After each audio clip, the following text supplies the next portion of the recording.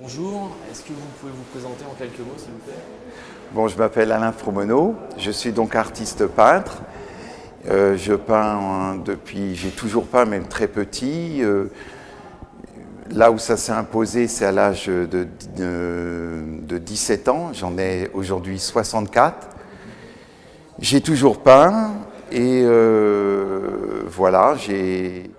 Est-ce que vous pouvez nous expliquer un petit peu la thématique là, de votre exposition pour Ouais. laquelle vous avez réuni aujourd'hui? Donc moi, ce qui m'habite énormément pour arriver même à peindre, avec la maturité que j'ai et toutes les années passées, aujourd'hui surtout, c'est de traduire en fait une émotion que j'ai en moi qui me porte très très forte et qui est l'humain en fait. Donc l'humain, c'est vous, c'est tous ceux qui vivent dans mon temps humain, moi.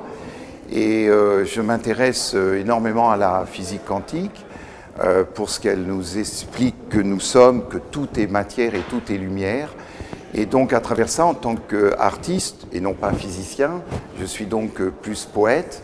Et donc je vais pousser dans mon œuvre, dans mon parcours, je vais pousser, comment dire, la poésie, tout ce qui est très très profond chez nous, dans ce vaste monde. Et je vais le faire de la façon la plus humble, la plus poétique possible. Et donc, évidemment, je m'approche énormément de la nature, puisque sans la nature, il n'y a pas l'humain. Certains philosophes disent que il y a l'homme, on est habitué à dire que l'homme est dans la nature, mais des philosophes nous corrigent et nous disent l'homme est nature, il est nature. Donc, à côté de la nature, il est une composante de la nature, il n'est pas dans la nature. Et donc tous ces sujets-là participent à un nœud central qui est quelque chose de très profond, de très universel, que nous partageons tous, qui est commun à nous. Et ce point que les physiciens appellent un point mathématique, moi je vais dire un point d'amour, et donc c'est ce que j'essaye de peindre. Et donc, pourquoi je suis un peintre figuratif, essentiellement figuratif? Parce que je sais, avec mes contemporains, qu'on participe au même monde. Donc, on sait tous ce que c'est qu'un arbre, ce que c'est un humain, ce que c'est que des animaux, etc. Et en mettant tout ça en situation, tous les tableaux, c'est imaginer, mais ce que je vois. Et en arrivant à composer, je vais effectivement faire passer une idée extrêmement spirituelle de l'homme, extrêmement pure de l'homme, profonde, très profonde, essentielle à nous pour qu'on vive ensemble, on soit joyeux.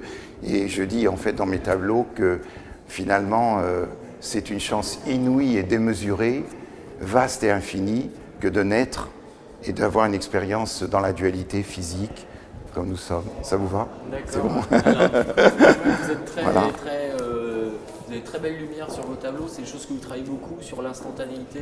Voilà, alors ma L'instant base, et la lumière. voilà, ma base, tout du moins mes maîtres, effectivement, moi j'ai beaucoup voyagé en Europe pour aller voir et apprendre auprès, dans les musées, des maîtres dont on a été bercé à l'école tout le temps, donc c'est au Rijksmuseum pour voir Vermeer, La fille à la perle, Rembrandt.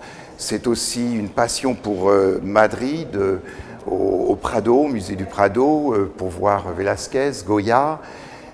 C'est aussi Caravage, aussi, c'est très important. J'étais aussi à Florence, à Rome, j'étais à Londres. Bon, et puis pour la petite anecdote sympathique, c'est aussi un grand alibi pour, avec mon épouse, voyager en Europe comme ça sur 4-5 jours. Et puis après, on court pour aller au musée, mais on est quand même profondément attiré par tous ces gens-là dont on voit dans les musées. Et quand on parle de Goya, Velázquez ou Rembrandt, Vermeer, les Hollandais, c'est la lumière.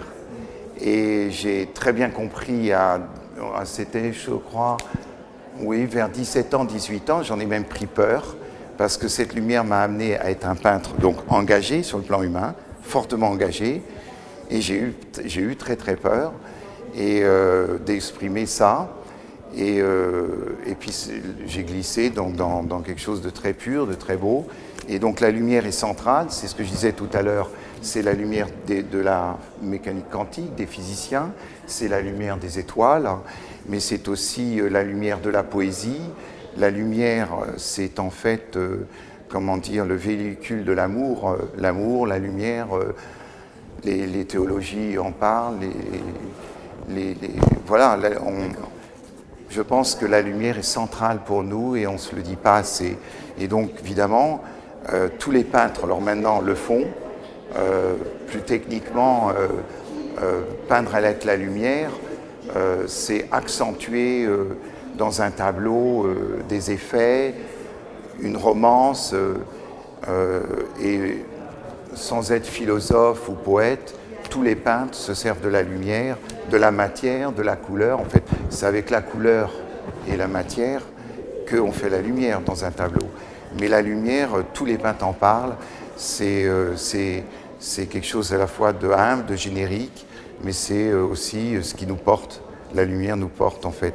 Donc, effectivement, moi, je suis foncièrement un peintre de lumière. Je peins des portraits dans le style des Hollandais, donc avec fond noir, comme La fille à la perle.